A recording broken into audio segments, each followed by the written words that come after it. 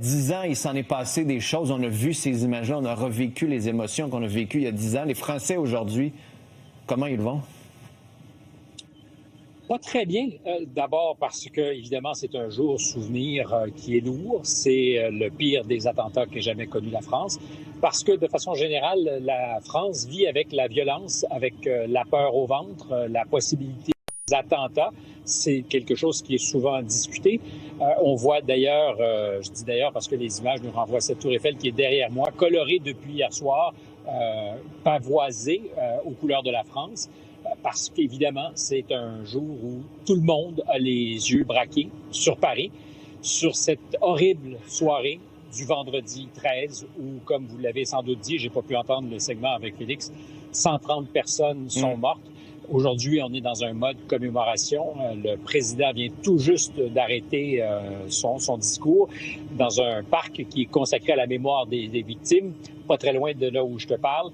Toute la journée a été marquée par un retour in situ sur les lieux où les massacres ont eu lieu. Le président, évidemment, Macron, était à l'avant du cortège, accompagné d'une foule de personnalités. On ne peut pas oublier l'ex-président Hollande qui était à la manette, aux manettes à ce moment-là. On voit des images en direct, d'ailleurs, Stéphane, là, de ce qui se passe à Paris en ce moment.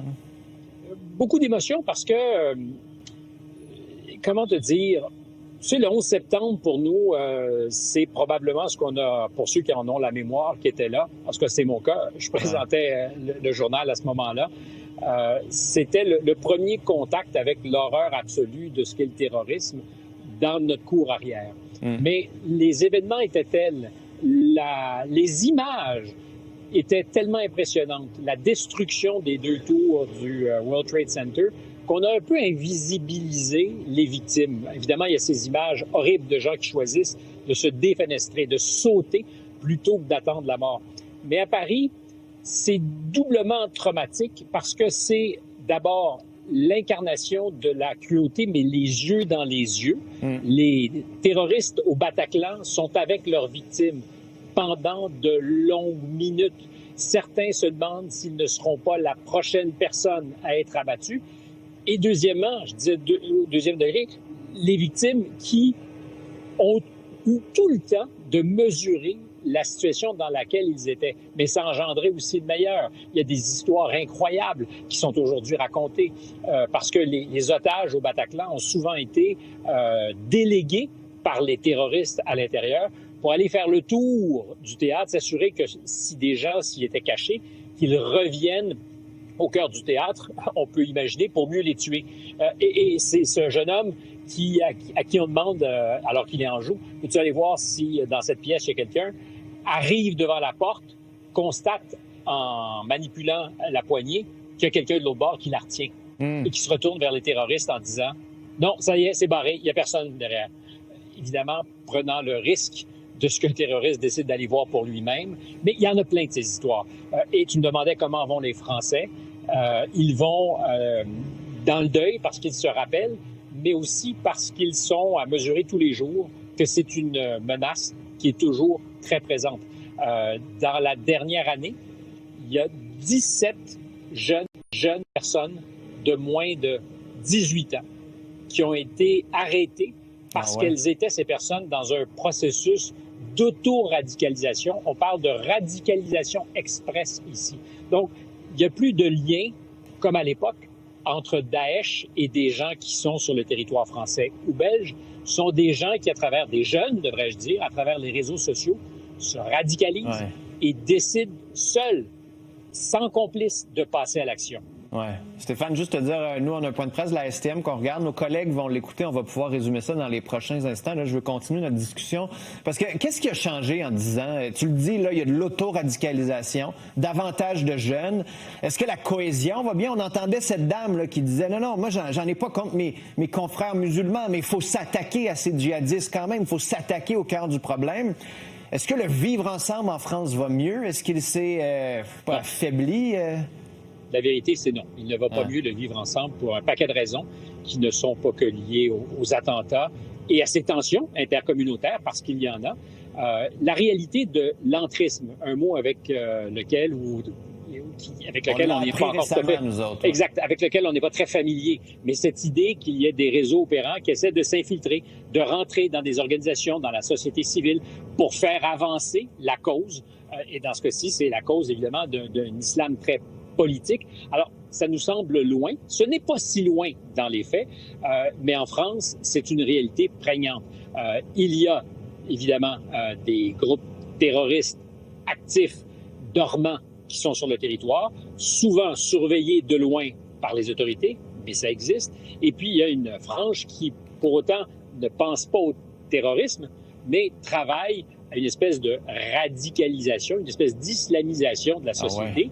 Ah ouais. Quand tu disais, est-ce que le vivre ensemble va bien? Il va bien. Est-ce que les Français sont racistes? Non. Est-ce que la cohabitation intercommunautaire est toujours facile? Non plus. Et il n'y a pas de lien de corrélation entre toutes ces choses, mais il y a une espèce de continuum entre une action politique de la communauté musulmane, en fait, de certains éléments de la communauté musulmane, et évidemment des conséquences délétères.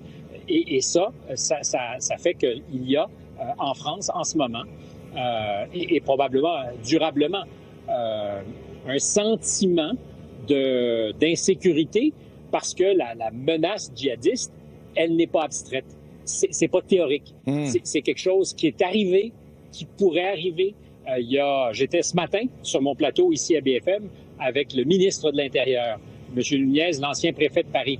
Il disait cette année, on est à 6 ou 7 complots associés à des mouvements radicaux djihadistes déjoués. Alors, évidemment, tant et aussi longtemps qu'on arrive à menotter la menace, on soupire de soulagement.